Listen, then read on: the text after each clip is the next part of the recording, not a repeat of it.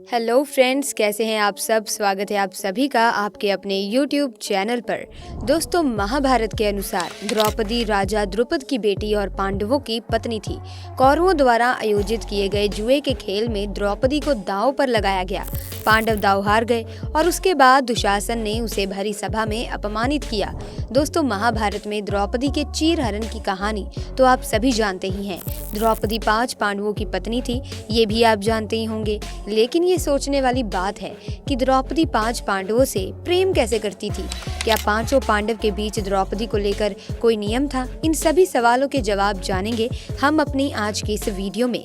इसीलिए इस वीडियो को बिना स्किप किए एंड तक जरूर देखिएगा। और अगर आपने अभी तक हमारे चैनल को सब्सक्राइब नहीं किया तो जल्दी से चैनल को सब्सक्राइब करके बेल आइकन को प्रेस कर दीजिए ताकि नए वीडियोस की अपडेट आपको सबसे पहले मिले। दोस्तों, महाभारत से जुड़ी ये कथा उस समय की है जब धृतराष्ट्र की आज्ञा से इंद्रप्रस्थ में राज्य पाकर पांडु धर्मराज युधिष्ठिर अपने भाइयों और द्रौपदी के साथ सुखपूर्वक रहने लगे थे।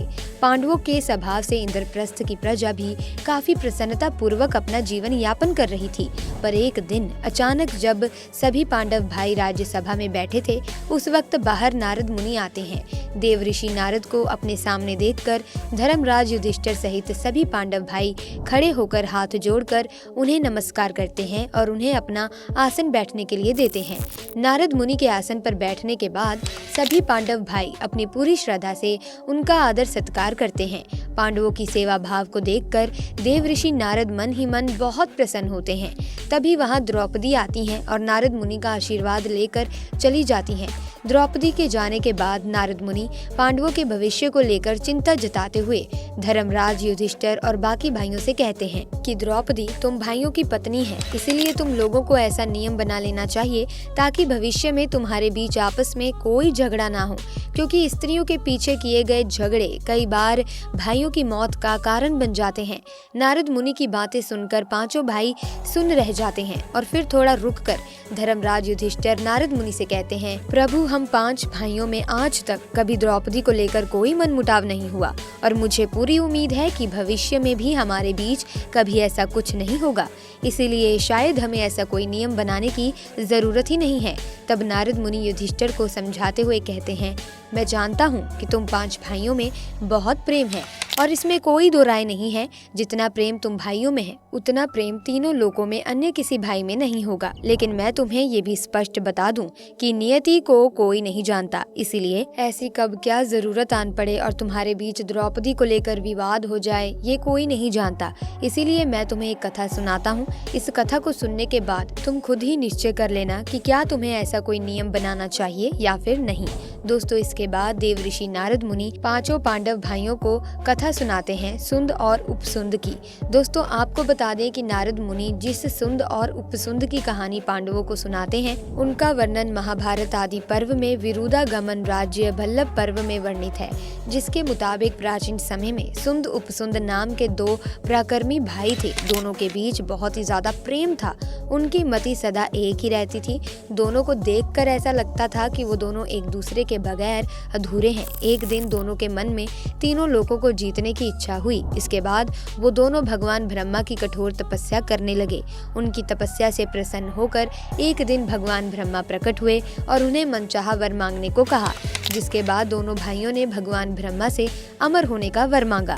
तब ब्रह्मा ने उन्हें कहा कि ये अधिकार तो सिर्फ देवताओं को है, तुम कुछ और मांग लो। तब दोनों भाइयों ने बहुत चालाकी से भगवान ब्रह्मा से कहा कि हम दोनों को एक ऐसा वर दीजिए कि हम सिर्फ एक दूसरे के द्वारा मारे जाने पर ही मरे। तीनों लोकों में किसी में भी इतना बल ना हो कि वो हमें मार सके। तब भगवान ब्रह्मा अपने कहे मुताबिक दोनों को ये वरदान दे देते हैं। वरदान मिलने के बाद दोनों भाई तीनों लोकों में हाहाकार मचा देते हैं। उन दोनों दैत्य भाइयों ने इंद्रलोक पर भी अपना अधिकार जमा लिया, जिसकी वजह से परेशान होकर सभी देवी देवता ब्रह्मा के पास पहुंचे। तब ब्रह्मा जी ने उनका वध करने के लिए भगवान विश्वकर्मा को बुलाया। भगवान विश्वकर्मा के आने पर ब्रह्मा जी ने उन्हें एक सुंदर स्त्री की रचना करने को कहा, जिसे देखकर हर प्राणी मोहित हो जाए। तब भगवान विश्वकर्मा ने ब्रह्मा जी के कहने पर एक दिव्य सुंदरी को बनाया। उस सुंदरी के शरीर के अंग सोने की भांति धमक रहे थे। उसके लंबे बाल, नैन नक्श किसी को भी मोहित कर सकते थे। भगवान ब्रह्मा ने उस सुंदरी को तिलोत्तमा नाम दिया और उससे कहा, देवी, तुम्हारी रचना सुंद और उपसुंद भाइयों के वध के लिए की गई है। तुम्हें उनके पास जाकर अपने रूप से उन्हें मोहित करना होगा। तुम्हें देखने के बाद उन्हें कोई और दिखाई ना दे, तुम्हें ऐसा प्रयत्न करना है। तब तिलोत्तमा भगवान ब्रह्मा से विदा लेकर अपना कार्य पूरा करने के लिए निकल पड़ी। इधर सुंद और उपसुंद दोनों भाई एक पर्वत पर बैठकर आपस में बातें करते रहे। तभी उस पर्वत पर पहुंचकर तिलोत्तमा कनेर के फूल तोड़ते हुए उनकी तरफ बढ़ने लगी। जैसे ही तिलोत्तमा दोनों भाइयों के सामने पहुंची, वो उस पर मोहित हो गए और दोनों उसे अपनी पत्नी बनाने के लिए मचल उठे। जहां सुंद तिलोत्तमा को पत्नी बनाना चाहता था, वहीं उपसुंद भी उसे अपनी पत्नी बनाने के लिए उतावला हो रहा था। तिलोत्तमा को पाने के लिए अब दोनों भाई आपस में बहस करने लगे। धीरे धीरे इनकी लड़ाई बहस में बदल गई। दोनों ही एक दूसरे पर अस्त्रों से प्रहार करने लगे और अंत में दोनों एक दूसरे से स्त्री की वजह से लड़ते हुए मारे गए। इस प्रकार एक स्त्री ने दोनों भाइयों को आपस में लड़ाकर मार डाला। दोस्तों, अब नारद जी युधिष्ठिर से कहते हैं, प्रिय युधिष्ठिर, आप 5 भाई हैं और रानी द्रौपदी आप 5 भाइयों की पत्नी हैं। ऐसे में ये संभव है कि एक स्त्री आप भाइयों में युद्ध करा सकती है। इसीलिए मैं तो आपको यही सलाह दूंगा कि आप लोग रानी द्रौपदी के साथ रहने का एक नियम बांध लें। जो इस नियम का उल्लंघन करे उसे 12 बरस का वनवास दंड स्वरूप दें, जिसे आप भाइयों में एक स्त्री की वजह से कभी लड़ाई नहीं होगी। दोस्तों, इतना कहने के बाद नारद जी वहां से चले गए। उनके जाने के बाद 5 पांडव उनकी सलाह को मानते हुए द्रौपदी के साथ रहने का नियम बना लेते हैं। द्रौपदी के साथ कैसे रहना, इसका नियम धर्मराज युधिष्ठिर बनाते हैं, जिसके मुताबिक द्रौपदी हर साल पांडवों में से किसी एक के साथ ही समय व्यतीत करेंगी। यानी द्रौपदी 1 साल तक केवल एक पांडव की पत्नी बनकर रहेंगी और साथ ही जिस समय द्रौपदी अपने कमरे में किसी एक पांडव के साथ होगी, उस वक्त उनके कमरे में कोई और पांडव प्रवेश नहीं करेगा। यदि कोई पांडव गलती से भी इस नियम को तोड़ता है तो उसे सजा के तौर पर 12 वर्ष के लिए वन में जाकर ब्रह्मचर्य का पालन करते हुए बिताना होगा। पर दोस्तों, नियति का खेल कुछ और ही था। एक दिन अर्जुन ना चाहते हुए भी युधिष्ठिर के बनाए गए इस नियम को तोड़ देते हैं। दरअसल एक दिन की बात है, कुछ लुटेरों ने किसी ब्राह्मण की गाय लूट ली और उन्हें लेकर भागने लगे। वो ब्राह्मण दुखी होकर पांडवों के महल की तरफ भागते हुए आ जाता है। उस वक्त महल के बाहर अर्जुन टहल रहे थे। अर्जुन को देखकर ब्राह्मण रोते हुए कहने लगता है कि हे पांडव, तुम्हारे राज्य में मेरी गाय छीन ली गई।